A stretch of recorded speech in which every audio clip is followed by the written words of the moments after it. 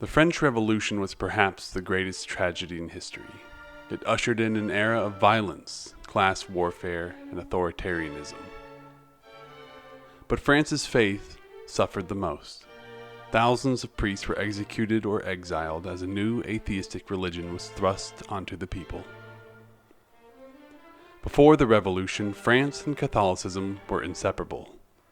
France was called the eldest daughter of the Church, since Frankish King Clovis I accepted the Catholic faith in the early 6th century.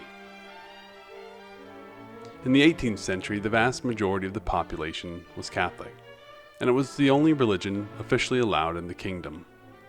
The Church influenced all aspects of French life. Hospitals, education, and birth and death records were controlled by the Church. But the Church became a central target of the French Revolution in 1789.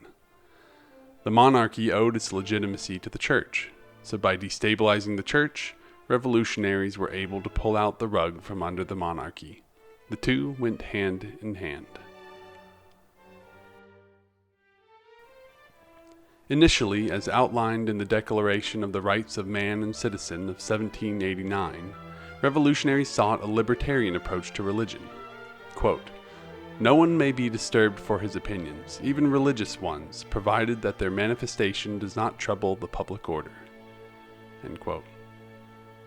Anti-Catholic sentiments intensified, though, and the National Constituent Assembly, France's acting government, ordered the seizure of properties and land held by the Catholic Church, selling them to fund the new revolutionary currency. And later the Assembly passed the Civil Constitution of the Clergy, a law that subordinated the Catholic Church in France to the secular government. Though it was rejected by the Pope, it divided the clergy into jurors who accepted the law and non-jurors who rejected it. Non-juring priests were viewed as counter-revolutionaries and were sentenced to death on sight. Hundreds of Catholic priests were executed while thousands more were banished from the country. Faithful Catholics that remained were left without leadership or the sacraments. Eventually, anti-Catholic sentiment gave way to a frenzied anti-Christian sensationalism. Crosses, church bells, statues, and iconography were destroyed in an attempt to secularize society. Under the leadership of figures like Joseph Fouché, revolutionaries removed crosses from graveyards and declared that all cemeteries must bear only one inscription: "Death is an eternal sleep." Instead of Christianity, revolutionary leaders thrusted a new atheistic religion on the French people: the cult of reason. Though hard to pin down, it centered around the core principles of reason, liberty, nature, and the revolutionary spirit. Promoted by Antoine Francois Montmoreau, it was an assortment of various ideas based on the materialist philosophy. In practice, it was little more than an avenue for the state to promote anti-clericalism and wealth confiscation.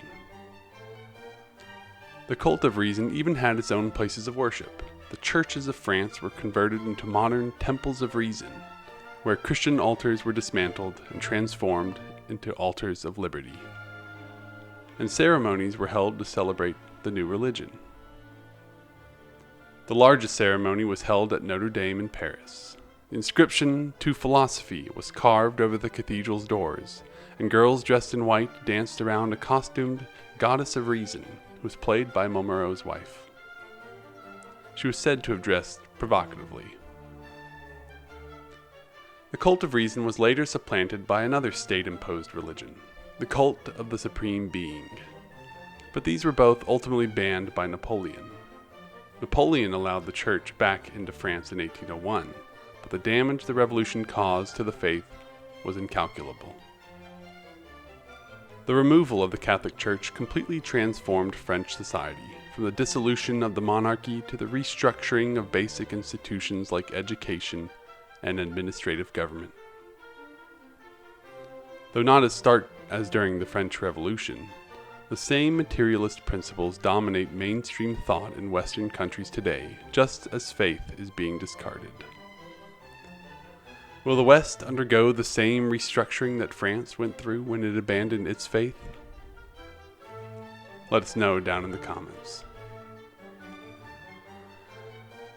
Thanks for watching this episode, and if you like this content, be sure to like and subscribe, and also check us out on X, where we post content daily, and also on our website at thinkingwest.com.